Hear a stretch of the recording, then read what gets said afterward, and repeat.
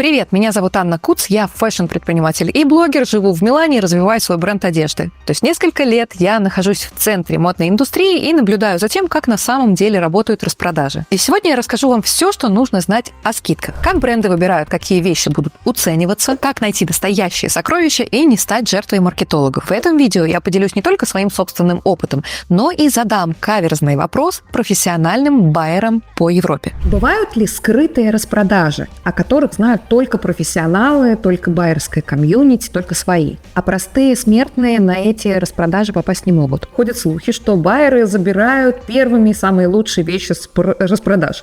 Правда ли это? Как можно сэкономить на люксе? Их ответы помогут вам покупать действительно разумно и собрать грамотный гардероб без лишних трат. Среди них, например, как покупать в Сен-Лоран со скидкой 30%, как сделать так, чтобы продавцы самых известных бутиков выносили вам из закромов те самые сливки, и как попасть в VIP-комнату даже на распродаже и пить там шампанское. На моем канале много информации из мира фэшн, о которой никто вам со стороны не расскажет, и в открытом доступе в интернете эти лайфхаки не опубликуют. Мы с вами побывали уже и в Китае на Кантонской выставке, и на вьетнамских производствах, и на закулисье недель моды, и впереди нас ждет еще одна неделя моды, поэтому, чтобы не пропустить новые супер истории от Анны Куц, подписывайтесь на этот канал, мне будет очень приятно, если вы поставите лайк, ну и, конечно, рада всегда подискутировать с вами в комментариях. Итак, начнем с главного. Как бренды выбирают, что пойдет на распродажу? Во-первых, на распродажу идут товары из сезонных коллекций. В Европе фэшн-индустрия очень привязана к сезонности, конкретно к 2 неделям моды большим, которые проходят осенью и, соответственно, в январе-феврале. И зимой продается верхняя одежда, свитера, шарфы и так далее. Весной и летом продаются летние платья, шляпы, а все, что не успело продаться вот в эти периоды,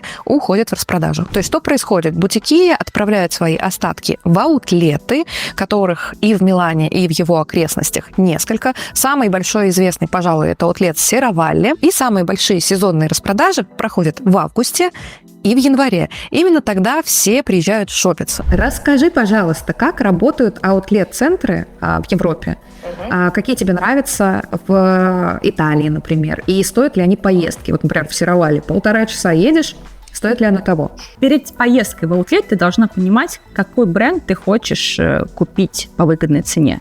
Потому что в каждом аутлете разные бренды. Например, тот же Серравалли я не очень люблю, он огромный, но какой-то бестолковый. Ты ходишь, ты очень устаешь, там есть, каких-то пару брендов, которые мне лично не нравятся. Поэтому перед поездкой в аутлет, пожалуйста, зайдите в аутлет, посмотрите, какие там бренды представлены. Я обожаю Fidenza Village. Почему? Потому что там есть Марни, и там есть Жиль Зандер. В Жиль Зандере ты можешь найти просто нереальные сокровища в аутлете. И еще исключение в Серравалли, что мне нравится, там Gucci есть, и в Сен-Лоран.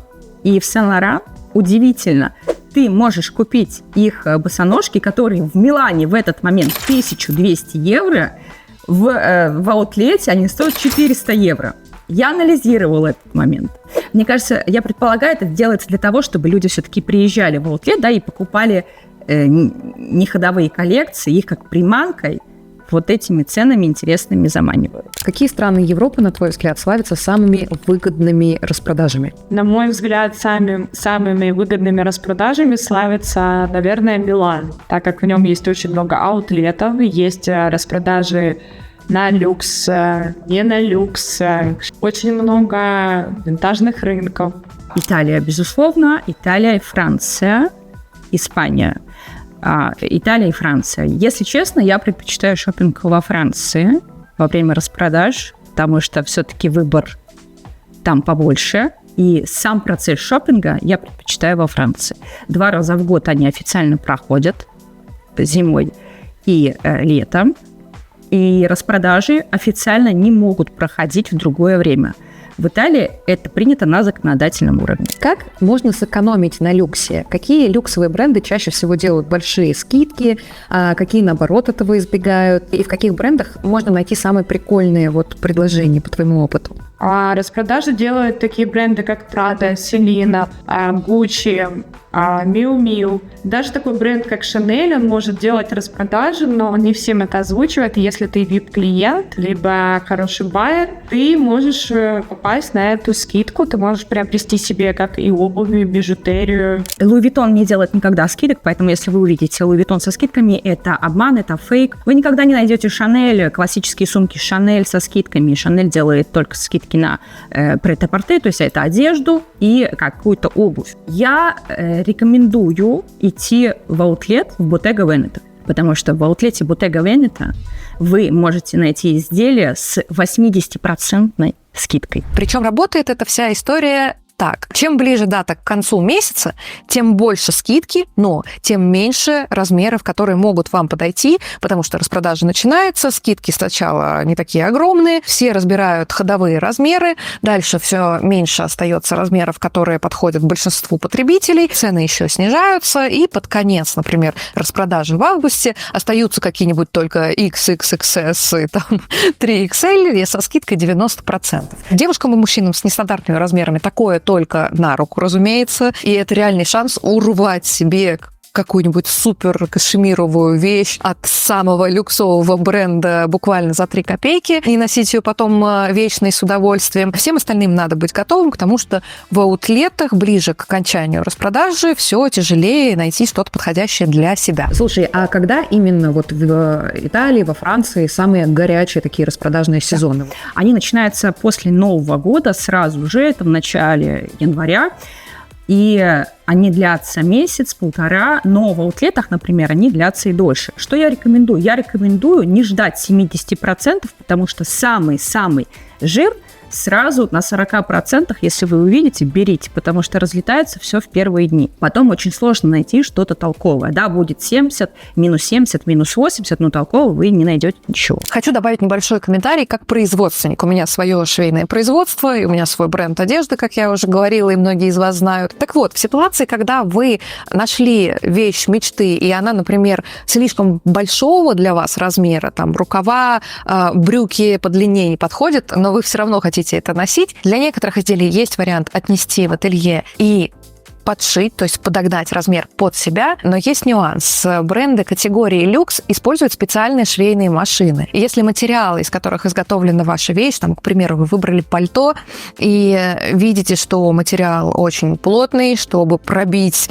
такой материал, нужны специальные иголки, что стежки очень аккуратные. Простым языком, не все люксовые вещи можно подшить без потери в их качестве. Вторая интересная штука из внутрянки фэшн-бизнеса заключается в маркетинговых приемах бренда. Некоторые бренды используют распродажи как инструмент для теста. То есть они выбрасывают в аутлеты новые несколько моделей в разных цветах со скидкой. Со скидкой люди всегда разбирают быстрее. И бренд делает анализ и выводы, какая модель и какой цвет и какой размер зашли лучше. И под это дело уже производят повторы в своих будущих, например, коллекциях или дропах. Я вам больше скажу, в масс-маркете, например, в той же Заре, некоторые коллекции специально производятся под распродажи. То есть эти изделия выглядят как часть тех коллекций, которые были представлены ранее, но выполнены из более дешевых материалов. Соответственно, бренд как бы делает скидку, но в итоге зарабатывает ровно столько же, сколько и зарабатывал до этого, а клиент счастлив, что получил модель, например, того дизайна, которого хотел. Ну, да, качество чуть иное, ну, в общем, такая хитрая уловка, такая модель. Для аутлета многие бренды грешат тем, что производят отдельно товар, отшивают отдельно товар. Это материал худшего качества, это икрой худшего качества. Многие так делают, но не все. Даже и ты в одном бутике... Даже большие бренды? Даже большие, даже Burberry, даже Gucci, даже Prada. И ты можешь в одном, да, вот аутлете найти сборные коллекции. То есть сразу видно, ага, это отшито для аутлета, а это было в бутике. Но есть бренды, которые этим не занимаются. Bottega Veneta не отшивает отдельно для аутлета. То есть вы действительно можете найти такие сокровища за 3 копейки. Элементарно, тебе пример приведу. Сапоги, которые я себе купила лично, 1500 евро они стоили до аутлета, я их купила за 158 евро. Кожа Напа, ботфорты высокие, ты представляешь? Bottega Veneta. Гуччи отшивают для аутлета, но можно найти сокровища, которые не для аутлета. В Burberry можно найти их плащ знаменитый со скидкой, но можно найти и плащ, который отшит для аутлета. Тут надо быть внимательным. А теперь мои лайфхаки, мои хорошие. Запоминайте или записывайте эти советы, чтобы сэкономить ваши деньги. Лайфхак первый. Перед шопингом за 2 недели до распродажи изучаем ассортимент бренда и добавляем в корзину в избранное то, что вам понравилось. Потому что во время распродажи глаза часто разбегаются, можно отвлечься на что-то, что вы потом и носить-то не будете, из-за чего потратите экстра деньги. Лайфхак второй. Подписаться на рассылку бренда, который вас интересует. Целенаправленно. Потому что многие бренды, такие как Mango, COS и Massimo Dutti, порой дают своим постоянным клиентам скидки на день раньше всех остальных покупателей, которые просто пришли офлайн. Наши бренды тоже активно следят за тем, что делают западные коллеги-конкуренты, поэтому если вы заинтересованы в том, чтобы отхватить себе что-то классное, выгодное у 12 Stories или у бренда Line и так далее, подпишитесь на рассылки и отслеживайте, что за предложение вам придет незадолго до распродажи. Третий момент, что если вы хотите не просто просадить лишние деньги, а действительно инвестировать в свой гардероб, то стоит охотиться за брендами ценового сегмента премиум, премиум плюс и люкс. Как минимум Max Mara, Acne Studios, Burberry. Вот такого плана бренды, потому что они производят очень качественно из материалов, которые прослужат долго, и часто у них такой timeless, вневременной дизайн. При этом скидки на их вещи могут быть от 30 до 50%, и это абсолютно реально, и по цене это будет уже как масс-маркет, но вы получите вещь такого качества, которая прям не разочарует вас. То есть я уже 1000 раз рассказывала про свое пальто Max Mara, которому 10 лет, и с ним ничего не произошло. Оно не потеряло своей актуальности, оно не износилось, оно выглядит как новое. 10 лет. Четвертый совет. Совмещайте форматы онлайн и офлайн. Помимо препродакшена, так скажем, который вы проделали до наступления распродажи, также обязательно посетите офлайн-магазины, потому что иногда бывают ситуации, когда на полках в офлайн-магазине находятся те вещи, которых на сайте нет, и при этом они очень интересные, эксклюзивные, не знаю, там, последние. В общем, можно, находясь в поиске меди, найти золото. Лайфхак пятый. Перед каждой купленной вещью проделывайте сами с собой упражнение. Я называю его тест на импульсивность. Вы выбрали вещь, вам она нравится, на нее скидка 90%. Обязательно ответьте себе четко на вопрос, с чем из вашего гардероба вы будете эту вещь сочетать. Потому что потом мы получим серо-буро-малиновую блузу, которая будет висеть с биркой в шкафу. И шестой, последний лайфхак.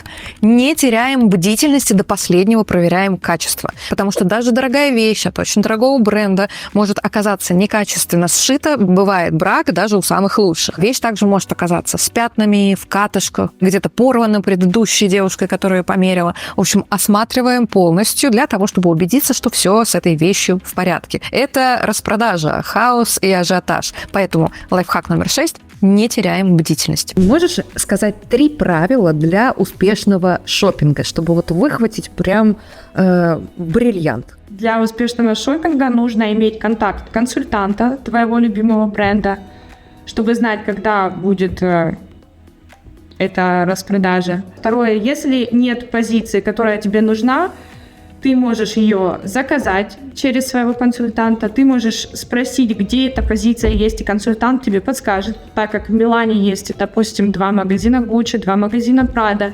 Третье правило. Иногда консультанты ошибаются. Когда-то мне нужна была одна сумочка, я спросила консультанта, есть она, он сказал мне, что ее нет.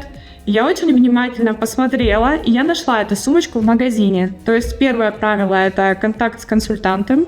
Второе правило, если нет этой позиции, мы можем ее заказать. И третье, быть внимательным на насмотренность, что есть в бутике. Было ли у тебя такое, что покупка оказывалась прям неудачной? То есть ты была разочарована в том, как в итоге проинвестированы деньги? Неудачной покупки не было. Я всегда то, что я покупаю, либо то, что выбирает клиент, это осознанно. Были моменты, когда был брак, именно в люксе. Когда был брак, поэтому нужно, прежде чем покупать какую-то вещь на распродаже, либо в бутике, нужно хорошо ее посмотреть, осмотреть. Это будет большое разочарование, если это брак. когда ты делаешь возврат, ты должен ждать месяц-два месяца, когда бренд отправляет вещь на экспертизу. Он проверяет, испортил ли ты эту вещь, либо это был брак. В случае, если бренд подтверждает то, что это их ошибка, они дают кредит store, то есть они дают тебе такую же сумму в бутике, ты можешь приобрести за нее другую вещь. Переходим к нашему следующему блоку глобальных вопросов о распродажах. Что стоит брать на распродаже, а что не стоит? Что точно не стоит покупать? Первое. Слишком дешевые вещи. Из очевидно дешевых материалов это видно даже неподготовленному, скажем так, шпаголику. Вы просто можете посмотреть глазами, пощупать руками, и вы поймете качество ткани. Слишком дешевые материалы приведут к тому, что после 1-2 стирок вы не сможете носить эту вещь. Чтобы убедиться в качестве материала, смотрите бирку, читайте состав. То, где есть натуральные материалы, там шерсть, кашемир, шелк, хлопок, лен, и при этом у них большой процент, это, скорее всего, будет хорошо. Но не забываем также про зрительный и тактильный контакт. Следующий лайфхак – не покупать супертрендовые, очень модные вещи, которые вышли из моды, всем осточертели, и это уже как бы антимодно. На моем канале есть ролик про актуальные тренды на ближайшие несколько сезонов. Обязательно посмотрите, я там рассказываю не только про конкретные вещи, которые можно выбрать и надеть на себя, но, в принципе, к чему ведут модные тенденции в плане силуэтов, материалов. И эта информация может помочь вам как бы чуть более сверху смотреть на то, что представлено на полках распродажи, и выбирать то, что прослужит вам еще как минимум несколько сезонов, и вы будете действительно хорошо выглядеть в этом. Раздел следующий. Что нужно покупать? Выбираем классические вещи из качественных материалов. К ним относятся тренчи, рубашки, кашемировые свитеры и кожаная обувь. Также базовые аксессуары – это сумки, ремни, очки. Ну и, конечно, если вы собираетесь купить что-то трендовое, то выбирайте что-то универсальное. Например, куртка яркого цвета или обувь необычного фасона, но самое главное здесь при этом подходе – выбирать качественное изделие. Ты сказала, что даже находясь в одном городе, люди выбирают обратиться к байеру, нежели идти и пробовать самостоятельно найти какую-то вещь, чтобы сэкономить время. Мне это очень хорошо понятно, как предпринимателю, и деньги. Вот как байеры экономят деньги клиента? Для байеров делают дополнительные скидки, потому что они байеры. Через байера ты можешь купить вещь, которую ты не можешь купить сама. Например, Rolex, Birkin, Kelly. Плюс еще, смотри, байеры очень много покупают. Чем больше ты покупаешь, тем лучше у тебя история в бутике. И чем лучше у тебя история в бутике, тем больше тебе дополнительных плюшек, которые проявляются в виде и скидок, и подарочки, шампанское, и просто доброжелательная встреча тебя каждый раз, когда ты приходишь. Есть ли у тебя личный твой лайфхак для экономии на модных покупках? Для экономии на модных покупках нужно знать, когда наступает распродажа в сегменте люкс, такие как -40, -50. Ты можешь приобрести абсолютно крутую вещь за очень большую скидку. Также бывают закрытые распродажи, естественно, да, можно приобрести, но нелегко туда попасть. Но вы всегда можете обратиться к нам, мы сможем вам достать ту самую крутую вещь со скидкой. Ходят слухи, что байеры забирают первыми самые лучшие вещи с распродаж. Правда ли это? Это частично правда, да. Частично это правда, потому что, во-первых, для байеров распродажи начинаются раньше. На 2 недели, на неделю для байеров начинается распродажа раньше. Это первое. А второе, часто для байеров консультанты припасают на складе самые ходовые интересные позиции. Ну и напоследок, Кристина, почему ты вообще выбрала профессию байера? Я выбрала эту профессию, потому что когда я работала в Пинко, то есть я абсолютно не была довольна своей жизнью. Казалось бы, Пинко классный бренд, но это было не то. Я не могла распоряжаться своим личным временем. И когда я стала работать с байерами, да, уже непосредственно из бутика, да, как представитель бренда, я увидела их образ жизни. Для меня это был кайф. Они, во-первых, свободны, они полностью распоряжаются своим временем. Я обожала на то время делать шопинг. И их работа заключалась в том, что они просто ходят, покупают вещи для других, примеряют. Я их видела, они просто оплачивают покупки на кассе с этими пакетиками, классно одеты, потому что байеры зарабатывают очень хорошо. Так причем еще байер получает деньги без своих вложений. Ты не закупаешь вещи на свои деньги, ты закупаешь вещи на деньги клиента. Ну, представляешь? У меня было такое, что так можно было? То есть в моем мозгу не укладывалась эта информация. Я год пыталась себя заставить начать. Было страшно, и потом так сложились обстоятельства, коронавирус, все, сокращение. Я сказала, либо сейчас, либо никогда. И оказалось все проще, чем я думала. Но я рекомендую, кто хочет, стать байером, во-первых, регулярность. Во-вторых, конечно, стоит пройти обучение, если вы хотите сэкономить 2-3 года своей жизни. Если не хотите сэкономить, то, пожалуйста, регулярность. И помните одну главную вещь. Первые месяцы у вас ничего не будет получаться, люди будут за вами наблюдать. Пожалуйста, не сдавайтесь, они за вами наблюдают, а потом вы доберетесь до сливок.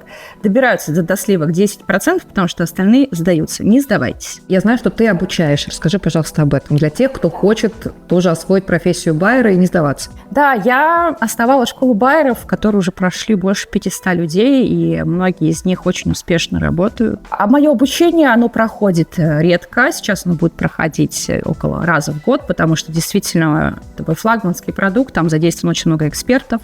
Оно длится 6 недель. Мы полностью погружаемся все вместе в работу, в практическую работу. Многие уже окупают во время курса. Ко мне приходят опытные байеры и новенькие. То есть обучение таким образом сделало, что все получают свою пользу.